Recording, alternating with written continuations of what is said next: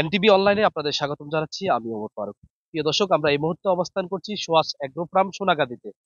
এটি সোনাগাজী তথা বাংলাদেশের জন্য একটি বিখ্যাত আম বাগান, যেখানে সারা বাংলাদেশে যে আমের জন্য আমরা যে বিখ্যাত নামগুলার রাজশাহী, চাঁপাইনবাবগঞ্জ থেকে বিভিন্ন দেশের বিভিন্ন অঞ্চলের যে আমের কথা বলে থাকি, সব প্রজাতির আমই এখানে চাষাবাদ করা হয়।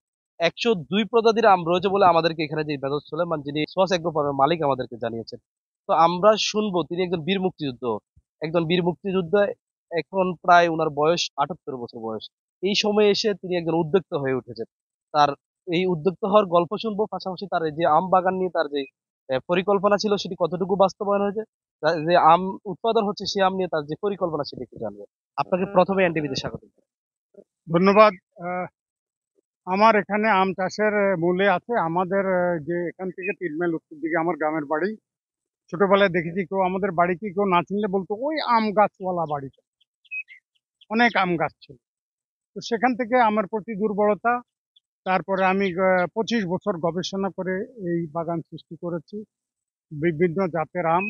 সবচেয়ে বড় কথা হলে যে 12 মাসি আম বাড়ি 11 আমার এখান থেকে উৎপন্ন, এখান থেকে রিলিজ হয়েছে সারা দেশে। এখন সারা বছর যে আম বাড়ি 11 আমার এখান থেকে। তারপরে আছে যেটা ব্যানানা, এটা মরহুম M K আনোয়ার বিএনপির আমলে কৃষি মন্ত্রী ছিল।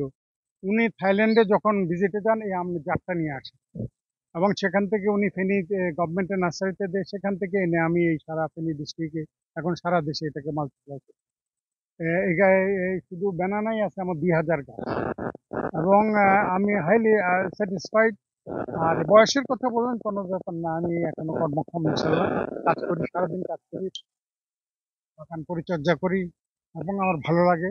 এবং আমার ইচ্ছা দেশের মানুষকে তথা অঞ্চলের মানুষকে বিষ মুক্ত আম যাতে খাওয়াতে পারি, এই আশা নিয়ে কাজ করেছি।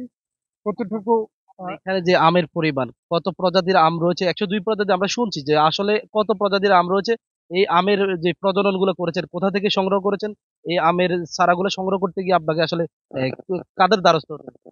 এটা অ্যাকচুয়ালি আমি গত 15-20 বছর পর্যন্ত জাতীয় বৃক্ষ মেলা, ফল বৃক্ষ মেলা হয়, ওখান থেকে দেশি বিদেশি চারা সংগ্রহ করি, এবং বিভিন্ন নার্সারি থেকে আবার বন্ধু বান্ধব যারা বিদেশে যায় আনি।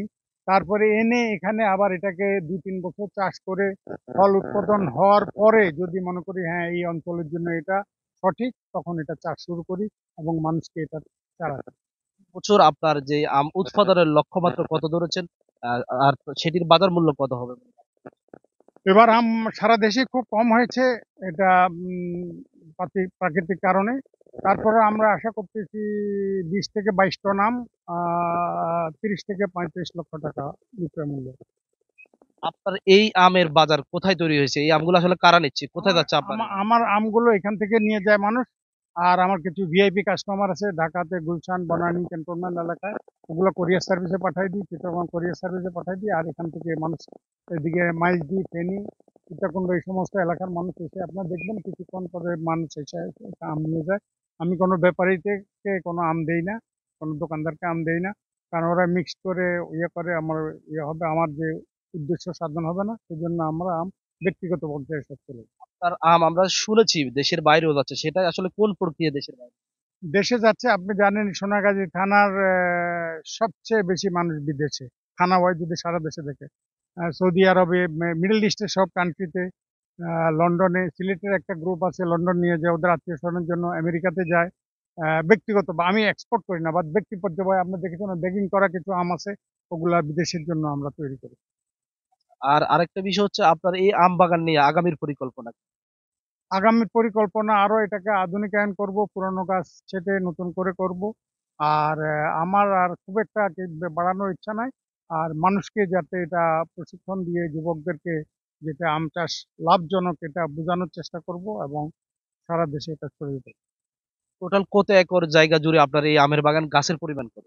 আমার গাছের পরিমাণ, আমার টোটাল জায়গা হলো 65 একর, তার ভিতরে 30 একরে পুকুর আছে, বাকিটাতে আম বাগান, এবং গাছের পরিমাণ বর্তমানে প্রায় 6,000। আপনি এই যে এই সময়ে এসে, এই বয়সে এসে, অবসরে এসে কাজ করছেন, অনেকটা উপভোগ করছেন আপনি আমাদেরকে যেমনটা বলছেন। তো তরুণ প্রজন্মের জন্য আপনার কি বার্তা থাকবে? তরুণ প্রজন্মদের জন্য বার্তা হলো মানুষের জন্য যদি কাজ করতে হয়, মানুষের উপকার করতে হয়, তাহলে কৃষির বিকল্প নেই।